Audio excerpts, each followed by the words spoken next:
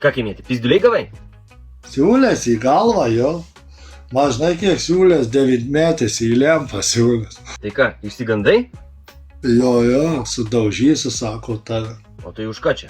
Kad net Maibachą už tais, kad skriaudai, sako, už tai aš tai sudaužyt noriu. Ir ką tu? Tai ką aš apsisukau ir nuėjau, ką darysi. Tai kaip supratau, toli nenuėjai, nes 9-metis tave pagavo ir pizdai davė? Tai matei ir Maibachui pizdai davė už giedrį. Mačiau. O tai ką tau padarė, kad reanimacijoje atsidūrei? Ant asfalto paėmė nuleido, įsivaizduok. O tai kaip manai, kodėl taip atsitiko? Kodėl pizduliai gavai? Nu, pas mane genetika biskį nesąmoninga pažė. Kaip čia suprast? Barzda man pradėjo augti nuo 35 metų, nes neaugo barzda visiškai.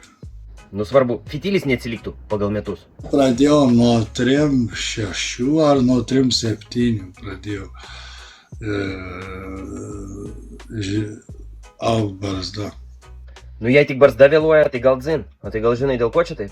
Aš klausiau, dėl ko taip yra. Aš turiu biskį tų kaip jų vadinamų. Kaip jos tos vadinamos.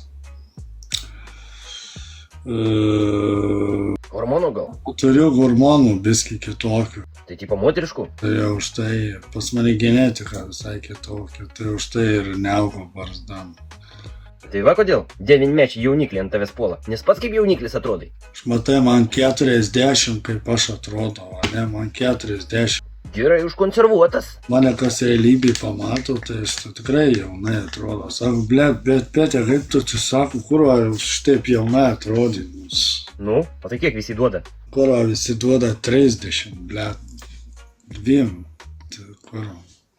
Ei, tu, 2. Tikrai neduočiau. Nuo 18, tai gal.